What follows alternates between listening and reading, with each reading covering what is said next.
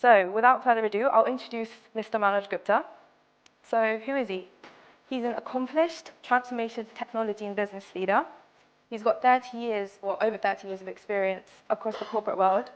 He's held a variety of leadership roles in building strategy, leading large businesses, customer relationships, and M&As. He played a key role at TATA Consultancy Services and HCL in their growth journey to achieve the $10 billion milestone. Most recently, he was an MD and exec member at Qualitas Group, an AI-led engineering company.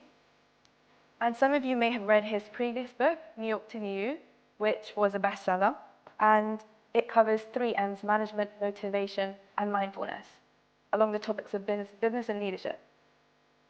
He strongly believes in empowering people, and his passion to innovate has changed several businesses around the world. And his book, The Consciouspreneur, which we're unveiling today, is about creating a new breed of leaders, those who are rich with mind and rich with money. So without further ado, I'd like to invite him to the stage.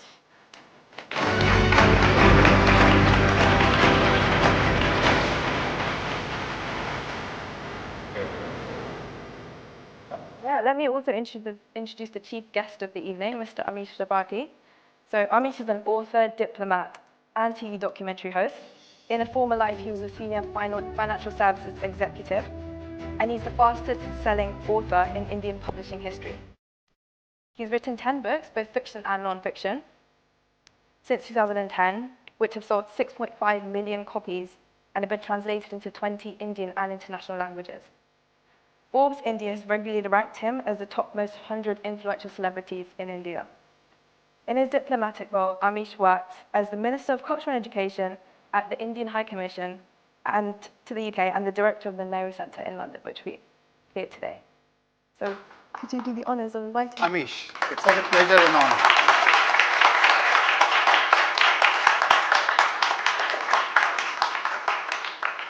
Thank you so much. It's such a pleasure and honor.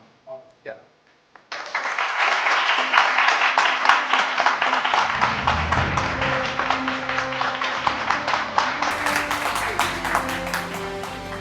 It's such a pleasure and honor, and Amish, your presence makes such a huge difference to this. May I request you to please speak to us? Namaste everyone. How many of you are coming to the Nehru Center for the first time? Oh wow, practically everyone. All right. So we are technically a part of the Indian High Commission. I say this to whoever comes here. You are technically on Indian soil. Welcome to India.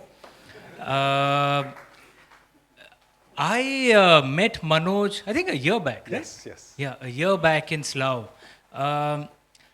And the thing which got me about him was very clearly he's a good manager, smart organizer, planner. I saw that doing the planning for this event as well. But what was a surprise is he's also a deep thinker. And as I was telling Andy, that's a very rare combination. Normally you get deep thinkers, but they tend to be scattered and all over the place. That's a tendency of deep thinkers. Or you get good organizers. It's very rare to find both. And therefore, I'm not surprised he's picked up a subject such as this and a book such as Consciouspreneur, because this is, to use a Dickensian term, it is in a way the best of times and in a way the worst of times. The technologies that we've been blessed with over the last few decades and what is leading to the fourth industrial revolution. In many ways, they are of course a blessing. If you could time travel back and speak to someone who lived 150 years ago, the fact that we have all the knowledge in the world in the palm of our hand with that phone, we'd appear like gods, right? The fact that we can talk to anyone, anywhere in the world, we'd appear like gods to them. But those technologies are of course a blessing, they're also a curse at the same time. The stress of being connected all the time is so visible now. We are blessed with many things. You know, much of the stuff that we desire are usually within an arm's length now. Still doesn't give us happiness and peace. And how do you balance the challenges and the opportunities of this era? where the world increasingly expects more and more productivity from us. The world increasingly expects us, all of us in many ways, and the era of lifetime jobs, that's gone. I've had 4 careers in my lifetime. I used to be a banker, and then I became a full-time author. Now I'm also a diplomat, while continuing to be an author, and I'm also a documentary host. And I'm not that out of the ordinary. There are many people who have multiple careers now within one lifetime. This can be an opportunity, this can be a challenge. What does it do to your internal world, to your personal relationships, to your spiritual energy? And which is where a book such as this, where he's very creatively used, and he calls it creative nonfiction. I thought it's narrative nonfiction. Essentially, speaking of nonfiction, a nonfiction subject, nonfiction philosophies, but in an easy to understand way, not in a textbookish manner. And that was deeply insightful. I think this book is a rocker. Those of you who haven't bought it and read it, please do, and do speak to your friends. Manoj, congratulations, and I look forward to standing in line for your next book for an autograph. Such a pleasure. Amish, thank you so much. Thank you so much.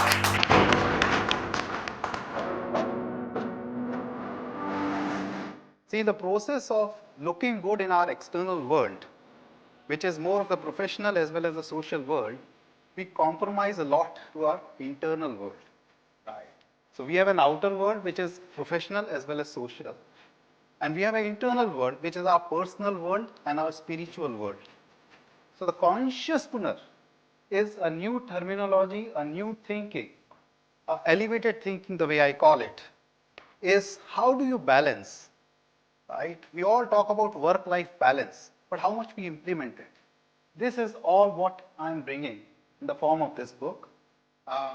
So life revolves around these 4, which is 2 worlds. We have an outer world and we have an internal world. And your outer world is our professional world and your social world. Right? In professional world, each one of us want to look as productive as possible. And in our social world, we would like to look at as dynamic as possible.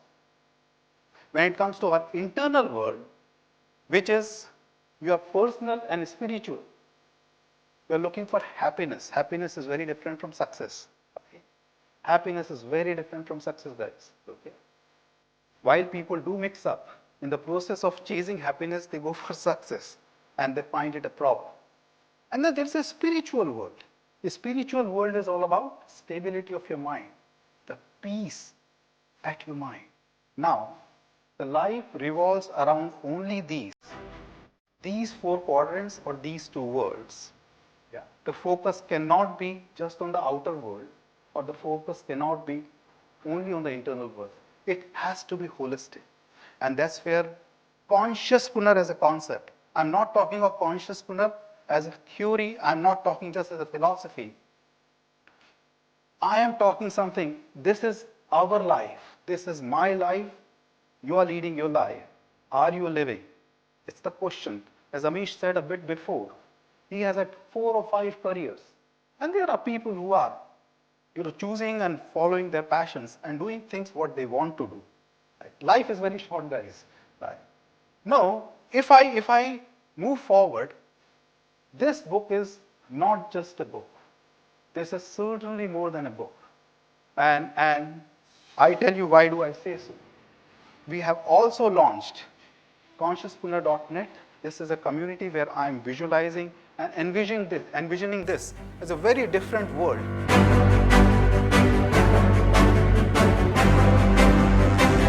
Introduce the 2 panelists for this evening. So our 2 panelists are Mr. Rajiv Sahani and Mr. Andy Williams. So I'll introduce Mr. Rajiv Sahani first. So he's got over 40 years of experience in the IT industry, and he was a founding member at HCL Technologies, scaling it up and then departing as president in Europe. He played pivotal leadership roles in Emphasis and Zenzar's acquisition integration. Rajiv was then the chairman of the board of directors at Oxite, a spin-out from Oxford University, which invented life-changing AI and AR-powered glasses for people with sight loss. He's been a member of the task force at the World Economic Forum, a key panel member at Summer Davos, and several other influential forums. He's currently a board member and advisor for several companies, notably a FTSE 250 bank, TBC Bank Group.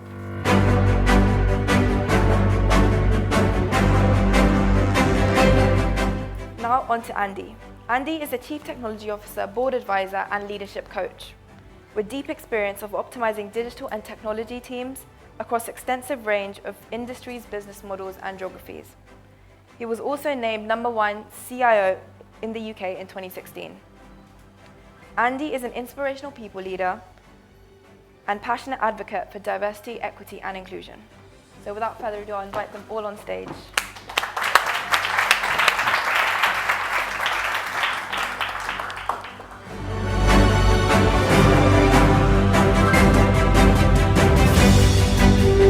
Start by asking you both. Raji, we'll start with you. So what are your views on the author and the book? So when you ask me about the author, Manoj, what you see in the LinkedIn is the tip of the iceberg. The iceberg is Manoj.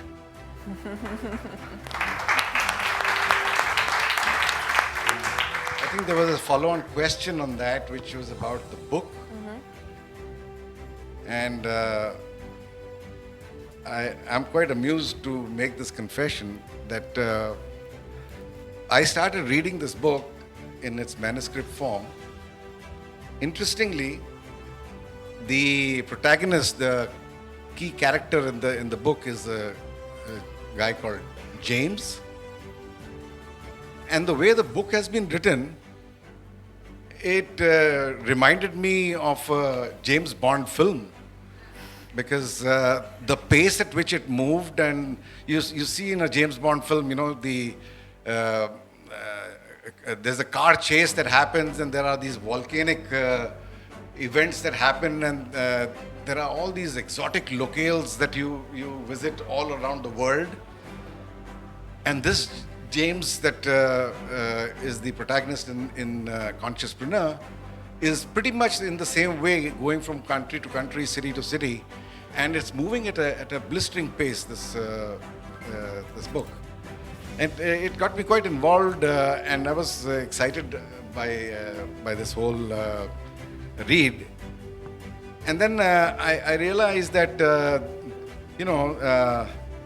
this is moving at such a pace, and if you had zero imagination, you would still be able to see each of these locations that he has talked of in his book with ultra high definition kind of clarity. I mean, that is the kind of unsparing detail that he has gone into. You can almost smell the air, you can almost feel the place. That's the granularity with which he has written the entire description in each of these chapters and locations. So the book, and I'll try to be a little bit brief. Rajiv and I talked about this. What is the book about? Well, first of all, it's about many things. I think from part of it, for me, it's about questions. I come back to curiosity, and I'm drawn to questions. I think the quality of a good question massively outweighs a good answer in many ways. You need to think about that. And maybe the quality of the question drives the quality of the answer. So there are some very good questions in the book. I think it's also about breaking down boundaries, conceptual boundaries, limitations on the way we think, the way we've been brought up. It's about culture, cultures, plural, and I agree with the James Bond reference, which is it's a guidebook, it's a whistle-stop tour around places, but in many ways it's a whistle-stop tour around cultures. It's a journey in place and a journey in time, because I wouldn't to spoil too much of the book, but it does take you backwards as well as forwards. Particularly goes back, and I think there's value in going back, and the classic quote of those who choose to forget history are destined to repeat it, and there are a lot of challenges in our world at the moment, but maybe we should all pause to think a little bit about, have we been through some of this before, and yet we've not learnt anything? And I think there are some pointers in the book.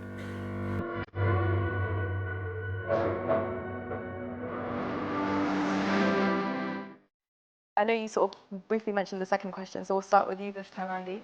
So you're all sort of corporate leaders with decades of experience. Do you think being a consciouspreneur is important in today's world, and how do you think someone can apply this? Yeah, I think it's absolutely vital. And let me start by specifically addressing the corporate world. I think there are a lot of parallels with other. It's not alone in being relevant in that sense, which is a good thing. It's not about competitive concepts, but I think the concept that came to mind for me in the corporate world is we're going to have to think about moving purely from shareholder capitalism to stakeholder capitalism.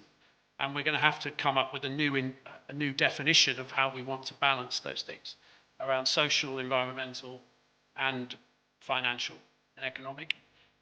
You know, it's sad that one of my very close colleagues committed suicide recently. It was a mental illness case again. But these are things, you know, if somebody had a balanced life like this and were able to do something for their inner self as much as they can do for their outer self, it would make them a true consciouspreneur, and you could get on to the journey of human engineering and being a consciouspreneur through the template and the maps that Manoj puts out in this book. Mm-hmm.